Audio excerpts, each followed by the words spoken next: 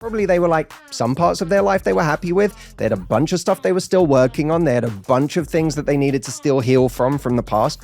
And they also probably really wanted to find love. Yeah. And they felt like there was a bit of a hole in their life without finding love. That's normal. There's nothing, we pathologize this desire for connection like it means that you're not happy and whole. Yes. When actually it's the most human thing in the world to want to find love. It's Sophia Franklin. You are listening to Sophia with an F, and the F is for phenomenal. Hi, everybody. Welcome to Sophia with an F. We are recording from WTF Media Studios. If you haven't yet, subscribe because every once in a while I do get a hot man on the show and people need to see him. Although he is taken and his wife is in the room and is probably really pissed at me right now that I just said that. You're not. You're average looking. That's what I meant to say. Thank you. Thank you. That's what every man wants to hear.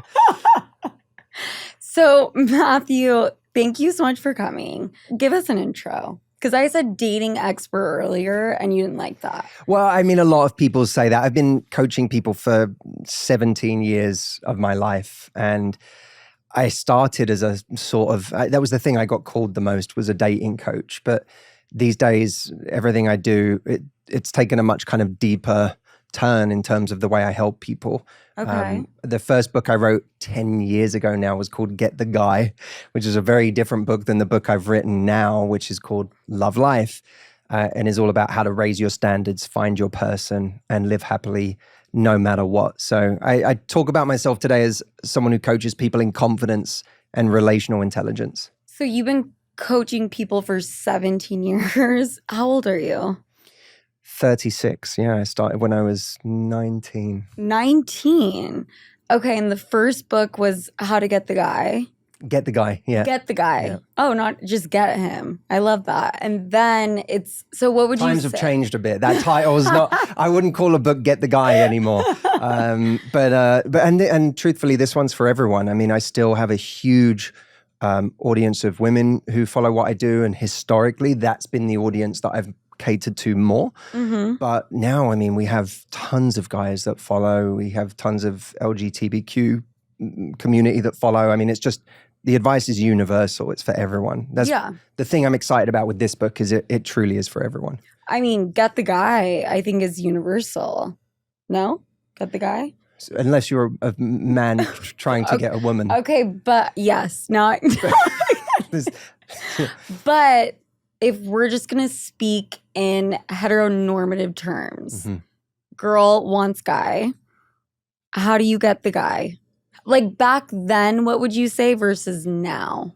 Well, I think back then, a lot of what I was talking about was more about what could you do to get out there and just create more opportunities. These days, I get people to focus more on what they're trying to get.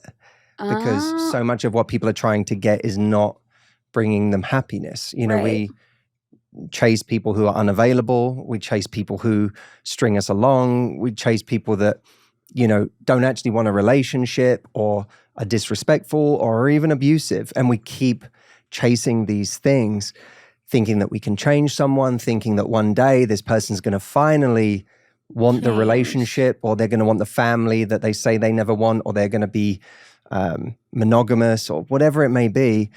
And so much of this book is about the pain that we keep running into over and over and over again because we're not really deeply assessing what we're trying to get. Mm-hmm. We're just trying to get it. I guess what you really need to know is what you want, right? Beforehand. The way I put it is you have to know what your path is. And let's say an example is, I know I want a meaningful relationship, or I know that what's a priority for me in the next 5 years is to start a family, or in the next 7 years. That's your path. And your path is really, really important to know and to be honest with yourself about, because otherwise you go out into the dating world and you meet people and you've never been honest with yourself about what you want. And then you meet someone who's hot and you meet someone who's sexy, or you meet someone who's charismatic, Or someone who gives you attention.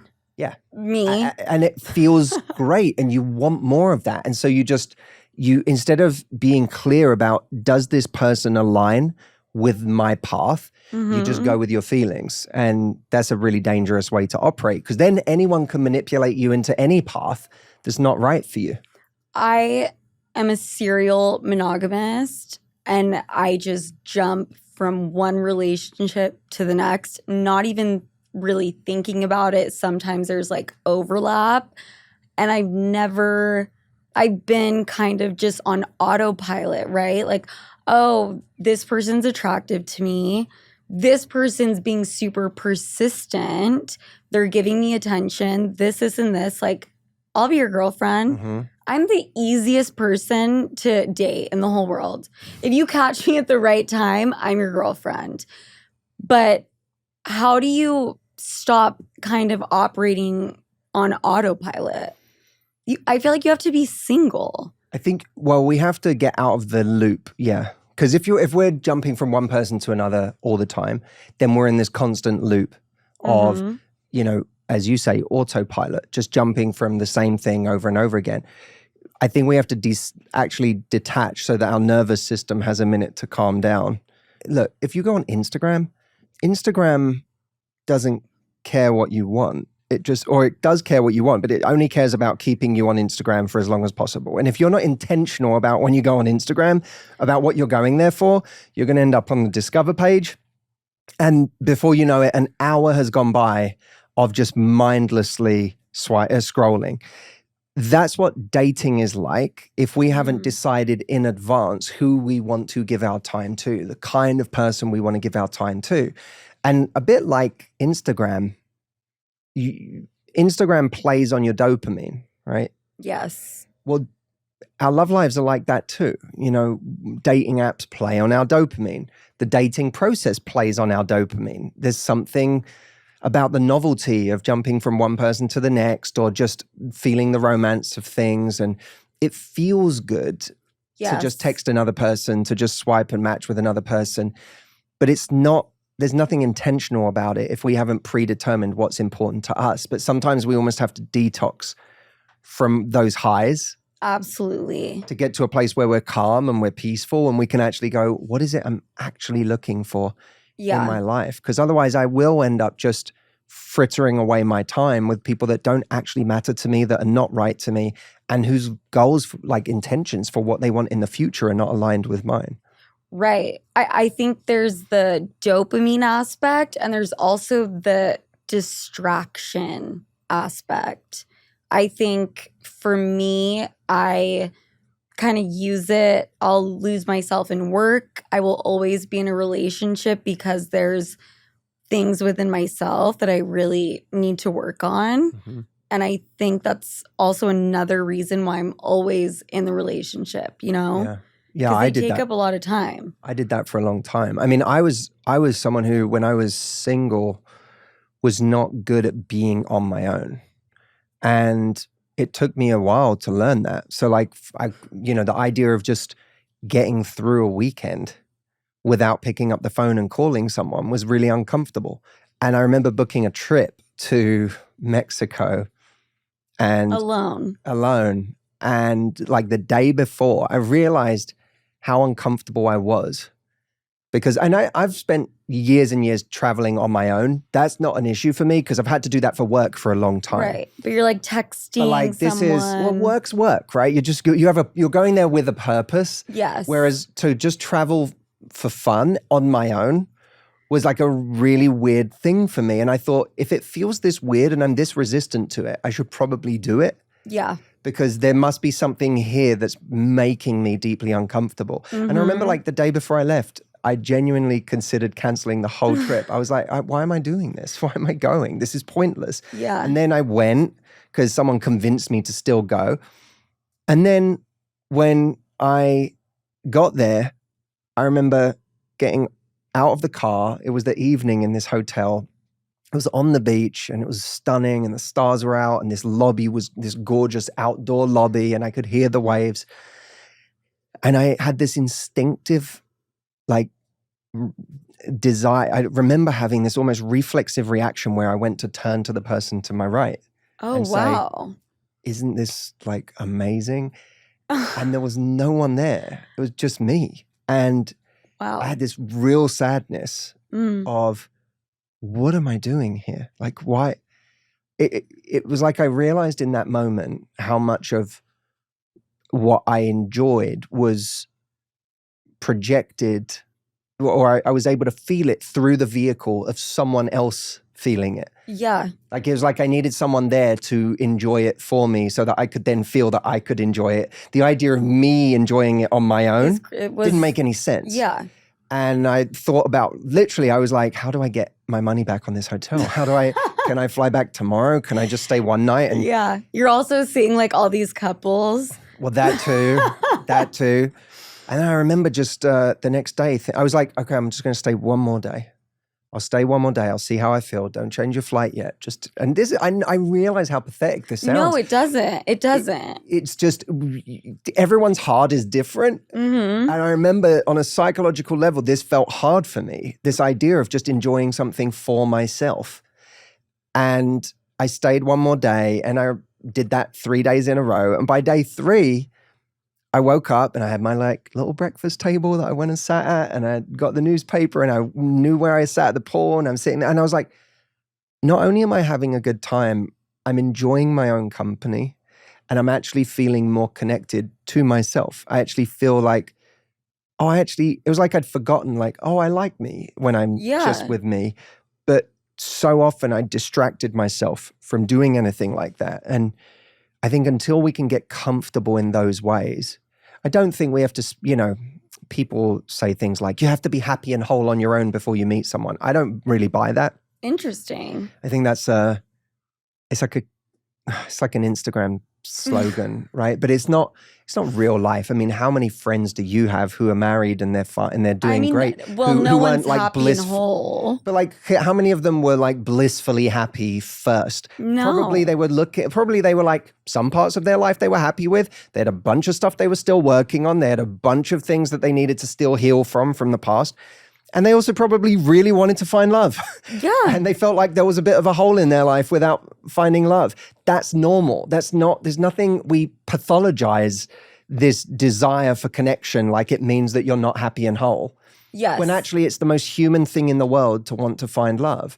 So I tried to help people remove the shame of that if you're sad on your own, that's okay. Like that's actually a normal feeling for a lot of people to lay in bed, if they've laid in bed too many nights in a row on their own, wanting to meet someone, to then feel this pang of loneliness or this longing to want to find love. That's a normal thing. There's nothing wrong with it.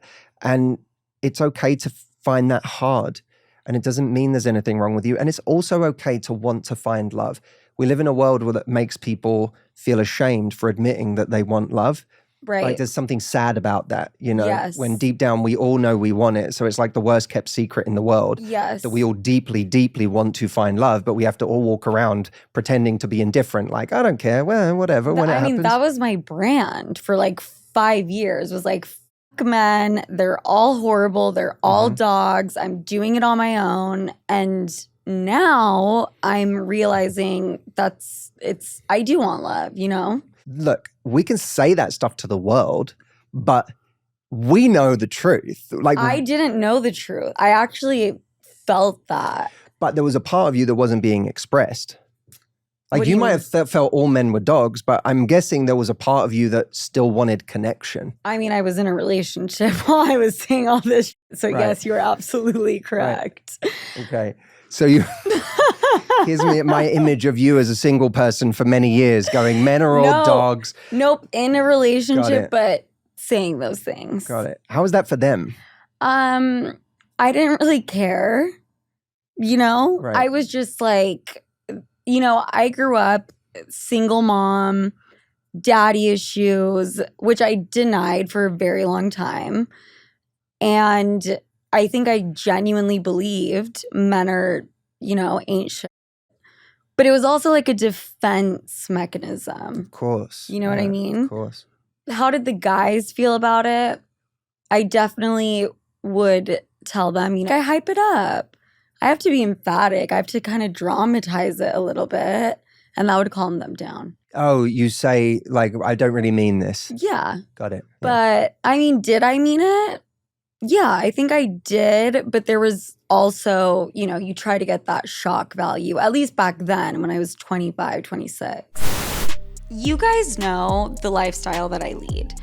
I may be in New York recording episodes one day and on my way to Turks the next to run away from a problem or something cute like that.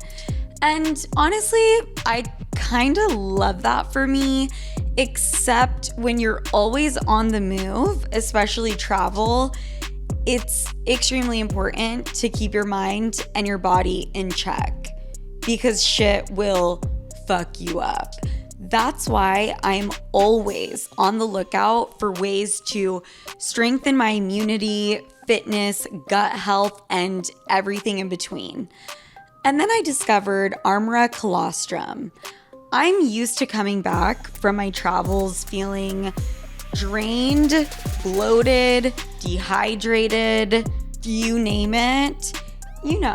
Airports, cars, planes, trains, you're susceptible to a lot of different shit. But I started adding Armra Colostrum into my routine and I've noticed a difference in my ability to bounce back. 1 dry scoop a day. I mean, that's how I like to take it because it's great for your oral microbiome as well. And voila. And by the way, it's not a supplement. It's truly a whole food. Armra Colostrum starts with sustainably sourced colostrum from grass-fed cows from their co-op of dairy farms in the USA. And aside from my favorite benefit of reactivating hair growth and glowing skin, the benefits are endless. Like, it even ignites your metabolism. And guess what? We've worked out a special offer for my audience. Receive 15% off your first order. Go to tryarmra.com/Sofia or enter Sofia to get 15% off your first order. That's tryarmra.com/Sofia. Shout out to Astapro for sponsoring this episode and providing me with free samples. Because sleuths, I can breathe again. I talk about my allergies to anyone who will listen, including you guys, but I use Astapro now and you should too. Allergies can be truly les miserables. They throw my whole morning off, feeling and sounding like I'm in a submarine. Astapro is a first of its kind nasal allergy spray, which I didn't even know nasal sprays existed for allergies until I found out about Astapro. It is the fastest 24-hour over-the-counter allergy spray. It starts working in 30 minutes, while other allergy sprays take hours. Astapro is the first and only 24-hour steroid-free allergy spray. Astapro delivers full prescription strength indoor and outdoor allergy relief from nasal congestion, runny and itchy nose, and sneezing. It is so much better than taking an allergy pill, honestly. I use Astapro every time my nasal allergies flare up, and I'm always so amazed at how quickly it works. Like, for real. Get fast-acting nasal allergy symptom relief with Astapro. Go to astaproallergy.com for a discount so you can Astapro and go today. ASTEPRO allergy.com, Astapro and go. Use as directed for relief of nasal congestion, runny nose, sneezing, and itchy nose due to allergies. How has your view of that changed or shifted? I don't think that every single man on the planet is a bad man. I think there are good guys out there. I didn't even know men had feelings. until the last few years. Mm-hmm. That's not uncommon. Really? Yeah. Well, That that's crazy because I surprise- thought I was.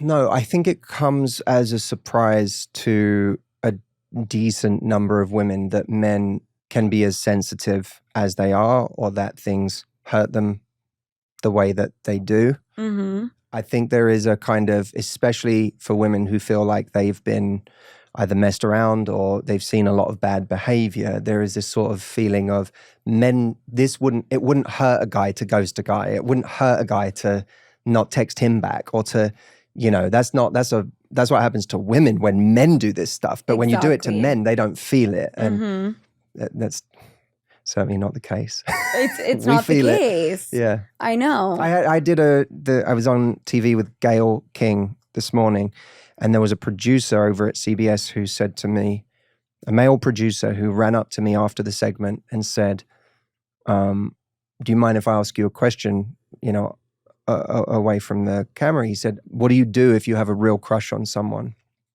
and they don't feel it back? And there was such a sensitivity Yeah. in the way that he said it. There was real pain there. Yeah.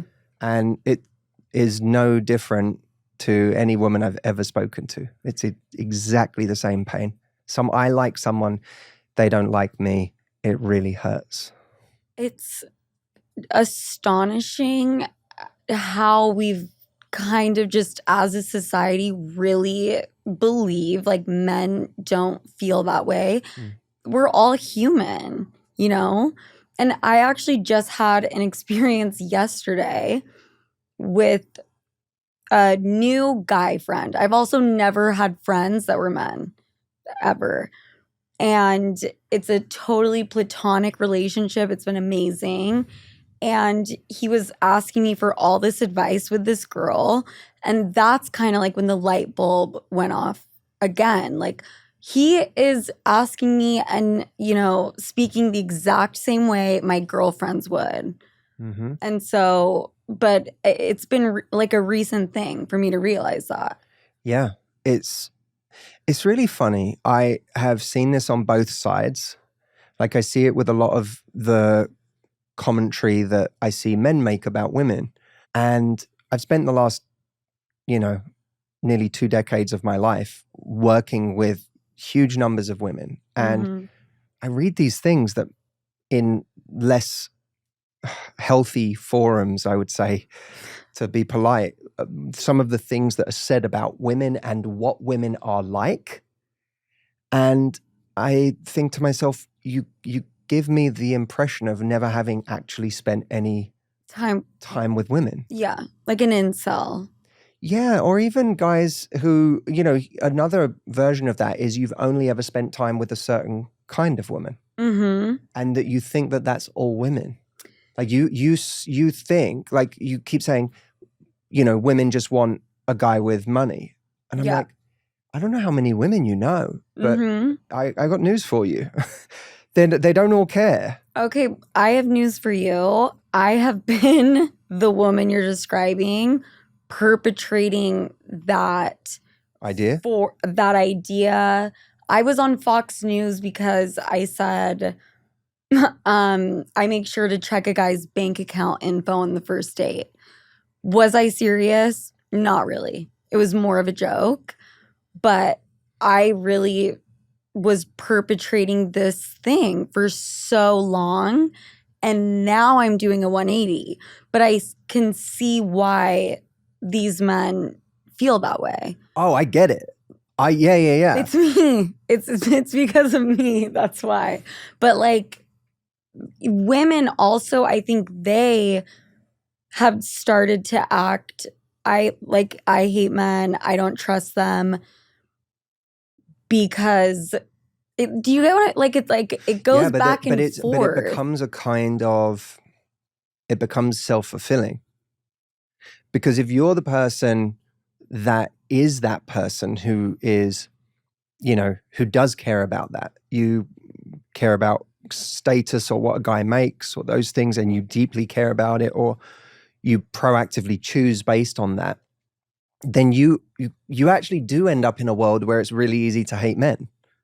Yeah. Because the kinds of men that you end up attracting are the people that think women can be bought, Well, I justified which aren't the best men by any stretch. No, I justified asking for the bank account info because men will end up cheating on you regardless. So make sure you're financially set up.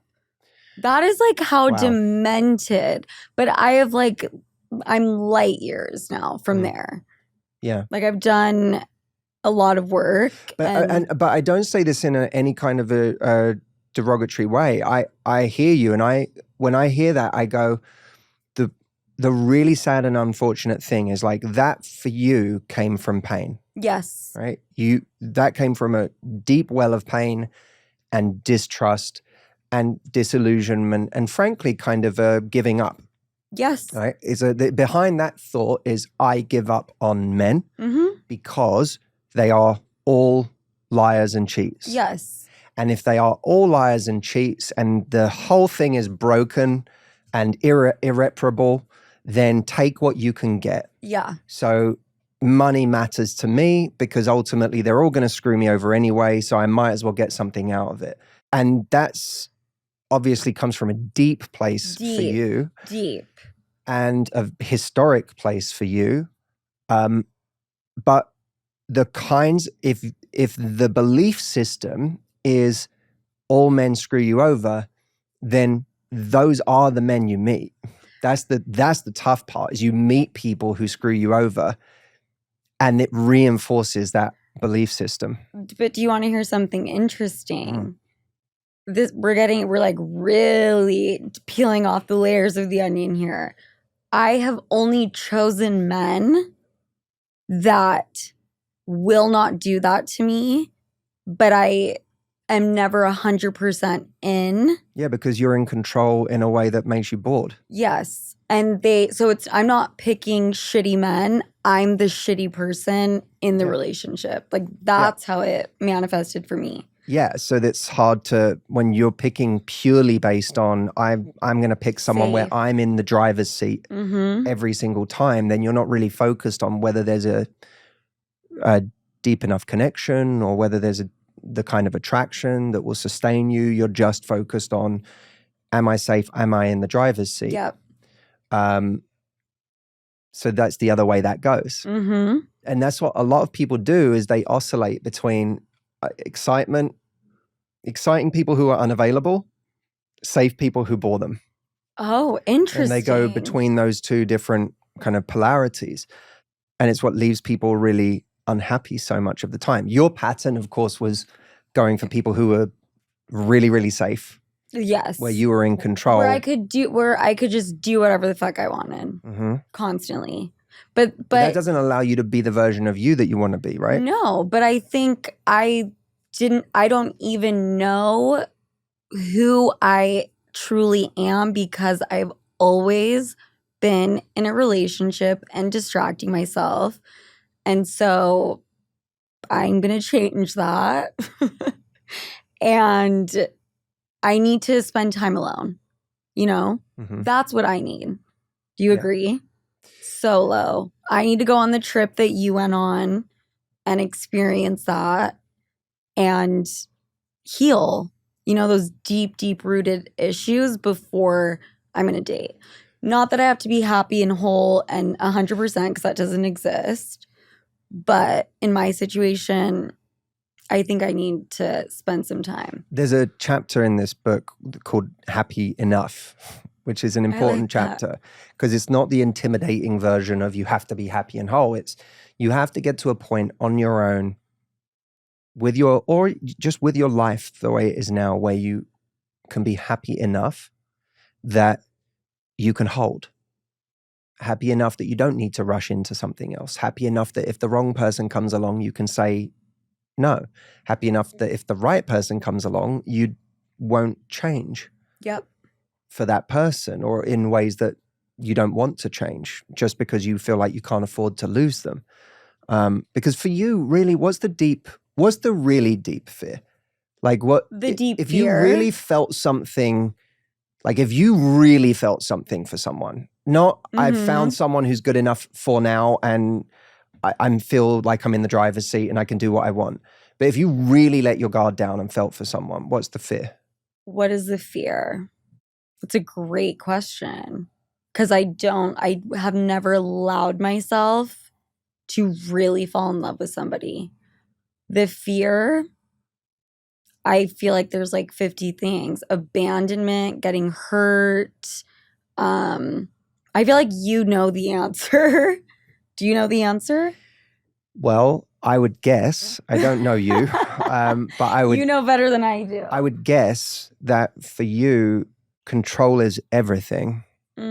And control is everything because then there never have to be any stakes for you. You never really have to have any skin in the game. Yep. Which it sounds like you haven't. Mm-hmm. Right. And you know what I think we're all afraid of is if I have no skin in the game, I can rely on the fact that I never actually care that much. Mm-hmm. If something happens, I never really cared anyway.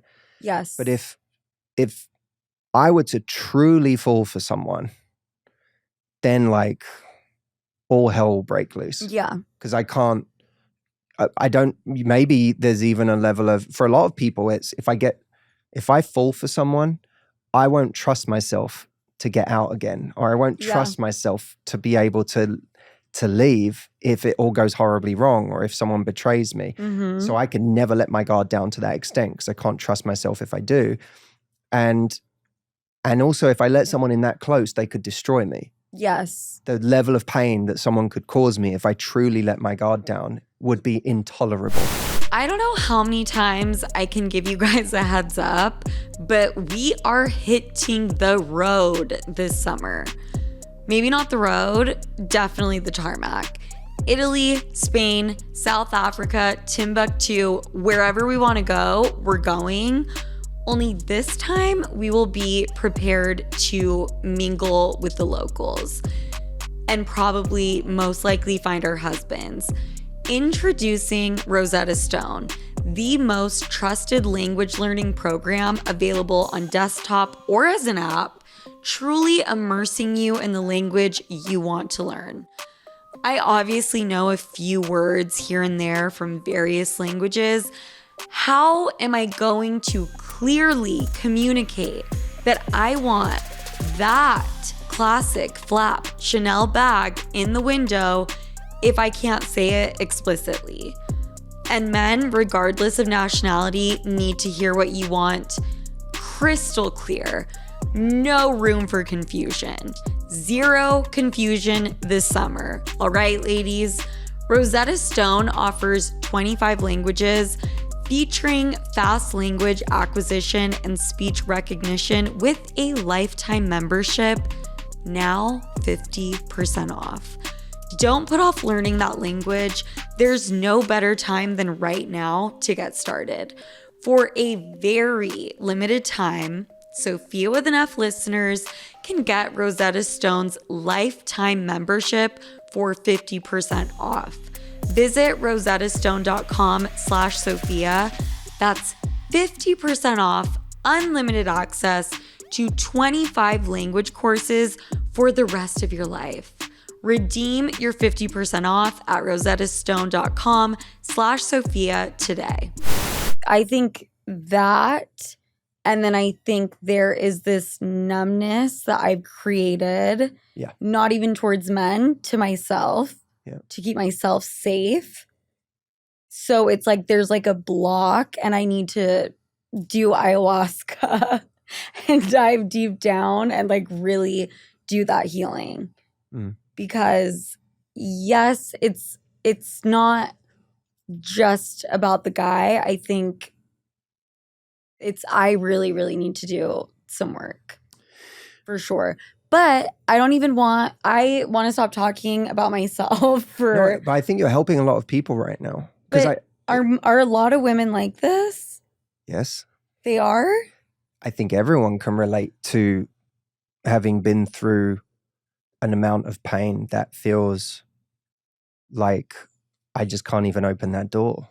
Yeah. I think everyone can relate to that. Maybe it's one of their primal relationships in their life, one of the original, whether it's a parent or a caregiver, and a way that they were let down, or a way that they were betrayed, or a way that they didn't get what they needed, whether it's an early relationship that killed the kind of romance of relationships for them because of the way they were treated. I think so many people can relate to having some version of that and never really having grieved for that version of them that experienced that loss, that experienced that pain, that experienced that betrayal or that abandonment. You know, so many of us have gone through life just, you know, we did what we needed to do to survive. Suppressing. Yeah, our nervous, and we react in different ways, but our nervous system learns a way of surviving. And for some people, that's to go and find someone, you know, people to adore them. For other people, it's to wall everyone off. For other people, it's like make myself go numb. It's called the freeze response, right? There's fight, flight, freeze, faint, fawn. And the freeze response is associated with that numbness. And numbness is one way to solve the problem. Yeah. You know, so there's probably, for you, there's probably some grieving to do. A lot. For that version of you that experienced whatever pain you felt you needed to numb yourself to in the first place. Without a doubt. I have never spent time with myself grieving. In fact, I grew up, and I think my mom was coming from the best place, but I think she wanted to make sure that I didn't have this daddy issue complex where she would tell me, you're fine, you're good. Like, there's nothing wrong with, you know, without having a father, like you have me. And wouldn't really let me acknowledge, like, okay, well, maybe there are some things that affect me there. And then there's like the whole stepdad thing, but, you know. But enough about me. Let's do a little segue. Let's switch it up and get out of this little deep, dark hole, which is great, which I love talking about. But I think most of my listeners are women, and they're around my age. And I want to ask you what you think is the biggest problem with dating right now, because women, I feel, are constantly saying dating is like you're fucked. Like you're fucked out there, and they just have no hope. Why are you laughing? Just a very apocalyptic way of putting it. I'm very dramatic the way I speak. Well, no, but it can feel like that, and that's I laugh because it's also, there's something darkly funny about how many shitty experiences there are of dating. There are so many, and there is so much bad behavior, and there are so many people who aren't being intentional, who are also a lot of the time pretending to be, and there's just so much nonsense. And the problem is, like I said, we want to find love.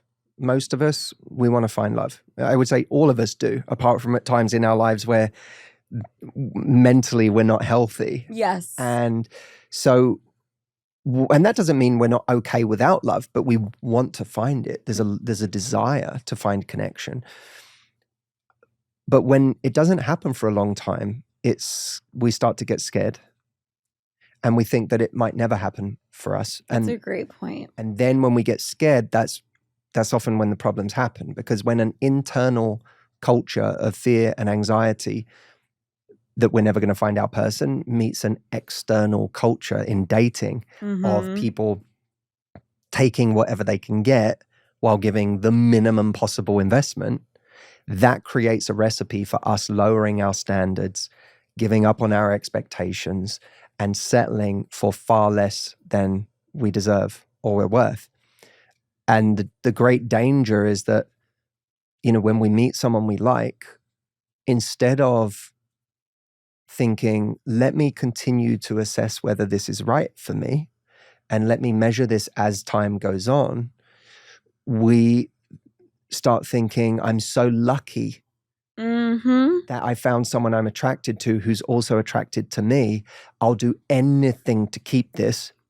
And so we lower our standards at precisely the moment where we need to raise our standards. The amount of times my mom has told me, Sophia, there's just not a lot of good guys out there. And dating from this, I love my mom, by the way, and I'm not talking shit on you, best mom ever, but operating from this scarcity thing, like this scarcity complex, like, okay, there's 2 out of 300 dudes that are actually good. When you're operating from that place, you're gonna, okay, this guy is good looking and there's a little bit of chemistry, husband. Done. That's how a lot of people behave. So how do we make sure to not do that? I believe we have to raise our standards. And that's a big part of what I talk about in this book. And I explain to people what that looks like and the things you can actually, like, what does an example of speaking standards look like? I talk about that. A lot of people, when they hear that, they think that this is like, you know, I keep getting told my standards are too high already and you're telling me to raise them. But the truth is we have high standards for things that don't matter. Like and what? We have no standards for the things that do. Okay. Like money, how tall someone is. That's a huge one for women. The tall thing. Not me. That's the one thing. That's the one thing that I'm not fucked up on. I don't care that much. But how tall someone is, money, how hot they are. How they style themselves, how, what their career is, their status, all of these things that really, whether they're exactly my type is another one. It's more subtle, but when someone's got in their head that I have a type and it's this, it leaves no room for possibility. Yeah. It leaves no room for someone to come along who's not in that mold, but could make you the happiest anyone's ever made you. But we rule them out before we even get started. Meanwhile, I come across people all the time who say they have really high standards, but then I ask them about their love life and they'll tell me about a guy they've been dating for the last 2 years, on and off, who treats them like crap, who never calls, who, shows love for a weekend and then disappears for a month and then comes back again. And I'm like, so what you mean when you say you have high standards is that you have really high standards for charisma and you have absolutely no standards for kindness. You have absolutely no standards for consistency or for investment or for the way someone treats you. Well, and all the standards are for show. Well, yes, that's a good point. So many of our standards, when I believe we're chasing the wrong things in our love lives, come from our ego. Yes. It's who we think is going to look good on Instagram. Yep. It's who we think is going to get comments from our friends saying, well, you did well there. Like, he's hot. Like, it's what we think is going to impress others, not who is actually going to make us happy. So what should we be looking for? I think the fundamentals of what makes someone a great partner. Like, what does make someone a great partner? It's loyalty, it's teamwork, it's kindness, it's someone who sees you, like someone who really, really gets you. Yeah. Someone can't get you if they're not truly curious about you. Are they really asking you questions? Are they really trying to know you? Yeah. Are they really interested in who you are as a person? Like, these things, they matter. How does someone keep their promises? Can someone say sorry? Yeah. Can they take ownership? These things are immensely important. And a lot of people, they're not even thinking about these things. They're thinking about how much chemistry they felt with someone on a date. And I had someone recently ask me, Matthew, what do you do when you have the most epic connection with someone on a date and they ghost you? And I said, why is that person important to you? Right. Like, because you had an epic connection. Like, that's why I know why that person's important to them. It's because they've thought, I have an epic connection with this person. Therefore, this person's really important for me in my life. But that's a complete non sequitur. The reality is, this person on a date who you think you have an amazing connection with, all you really saw of them was their impact on you. You're just measuring their impact, not how great they'd be for a relationship. Yeah. or for your future. You can't. In order to know if someone would be great for a relationship, you have to know their values and you have to know their character. And you need to know your own values. Well, that too. You have to know what's important to you, what Yeah. values you admire in people. Most people have never done that. But the character is the most important thing, in my opinion. It's the most important thing in my friends. It's the most important thing in the people that are on my team, in my company. It's the most important thing for people I choose to spend time with. It's the most important thing for me and my wife in our marriage. We each chose the best human being we found, not the hottest human being we found. Like, we started with attraction, but then we said, there's a deeper character here that we both love and admire. And it was never going to be looks that made us go, let's marry each other, because neither of us are those kinds of people. There was attraction, and chemistry is important. I'm not someone who says chemistry is not important. Chemistry is really important, but so many people are only looking for chemistry. A lot of people. And they're not looking for those things that are actually going to make someone an incredible partner in their life. And as most people listening to this will have an example of someone they dated where they had chemistry, or even what they call a connection, and that person was missing fundamental character traits. Yes. That made that relationship a version of hell. Right. They didn't feel safe. They didn't feel seen. They didn't feel loved. They didn't feel someone's presence. They didn't feel their loyalty. They didn't feel their honesty.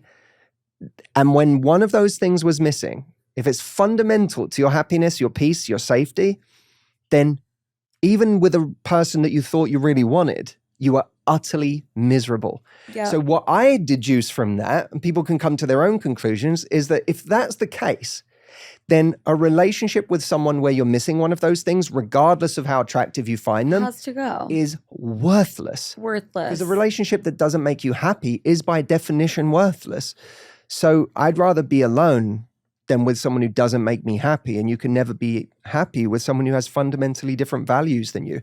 What that means is the next time around when you go and date, you date for values. Date for values, and even if it feels unsexy, and a lot of people go into dating like, I'm just trying to have fun and whatever, don't. Like, if you're trying to find your person, go in there looking for the values. And by all means, don't, if you feel not one jot of sexual chemistry with someone, that's a problem. Right. But it has to be that, and it can't be that instead of. Yes. Yes. Right? Find someone that you have an attraction with.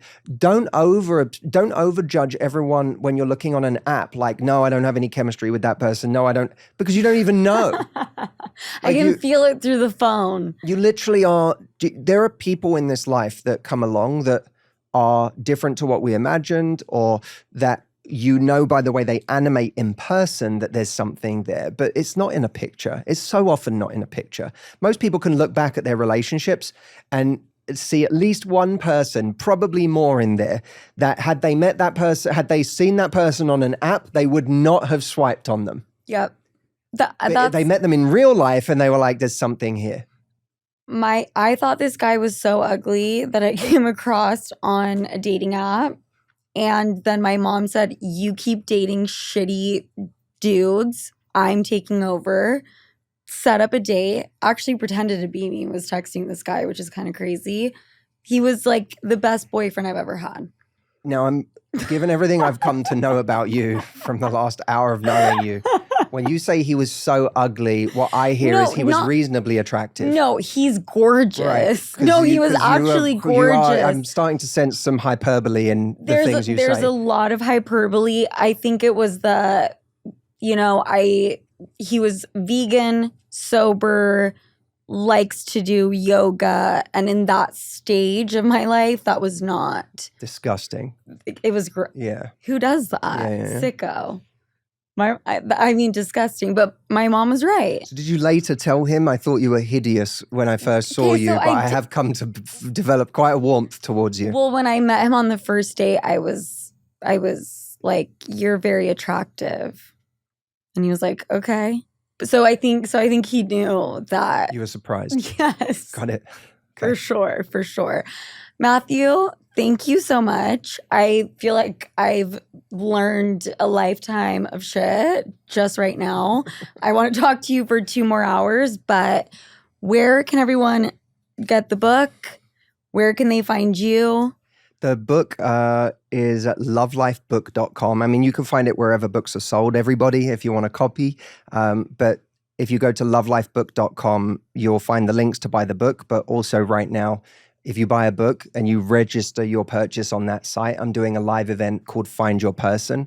And we're going to take all of the concepts from the book and actually bring them to life for your year ahead so that you can use the book to find your person. But the book is designed to be a co-pilot for anyone who is looking for love right now, but not just a co-pilot for anyone looking for love, a way out of the pain that you might have experienced from lost love, betrayals in love, heartbreak, love not going the way you want to.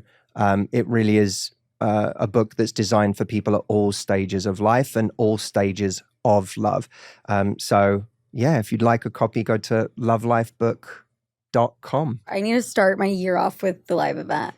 Listening to everything you say, I truly think this book will help you. I agree. And I say that as someone who has been helped by this book.